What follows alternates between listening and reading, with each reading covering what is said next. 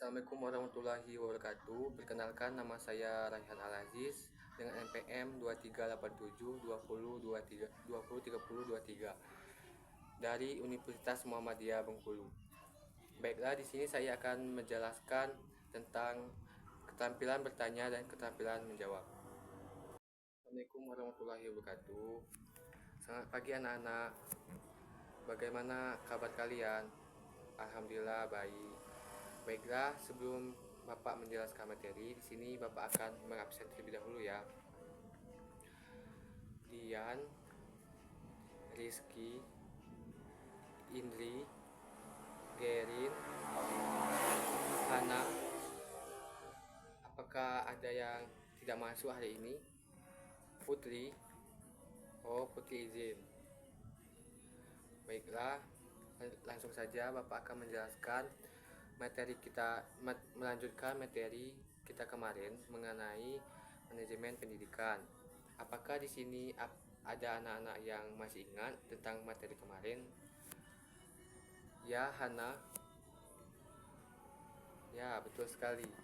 Manajemen pendidikan adalah proses perencanaan, pengorganisasian, pengarahan, dan pengawasan terhadap seluruh aktivitas pendidikan agar tujuan pendidikan dapat tercapai dengan efektif dan efisien.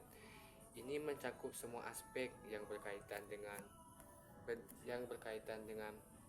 lembaga pendidikan, baik formal maupun non-formal.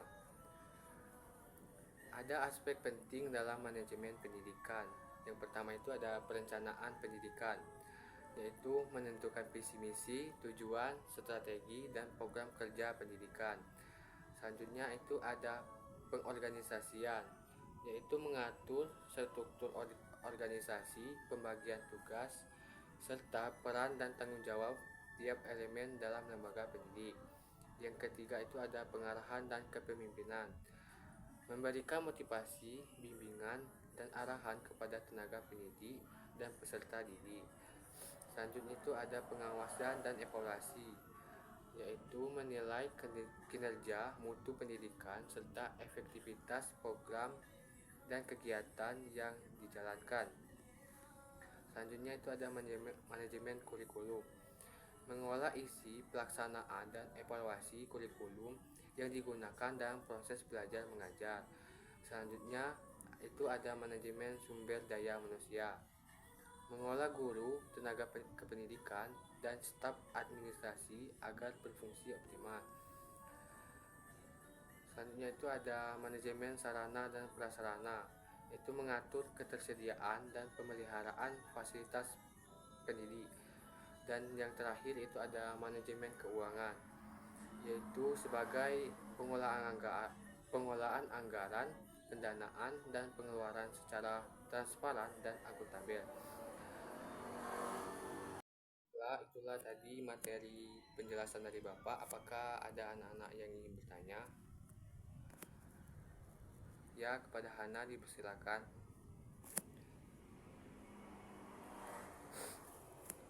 Ya, baiklah. Tadi pertanyaan Hana, bagaimana cara meningkatkan efektivitas manajemen pendidikan di sekolah?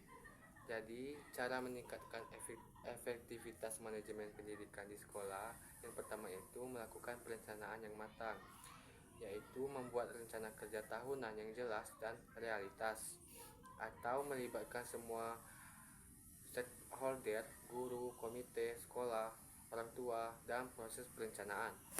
Yang kedua itu meningkatkan kompetisi kepala sekolah dan guru, yaitu adakan pelatihan dan dorong guru untuk mengikuti program sertifikasi dan pengembangan profesional berkelanjutan. Yang ketiga itu ada pemanfaatan teknologi, gunakan sistem manajemen sekolah berbasis digital untuk administrasi penilaian dan pelaporan. Manfaat selanjutnya itu ada penguatan sistem supervisi dan evaluasi, yaitu melakukan supervisi kelas secara berkala untuk memantau kinerja guru. Yang kelima itu ada transparansi dan akuntabilitas keuangan, yaitu menyusun laporan keuangan yang jelas dan terbuka untuk publik.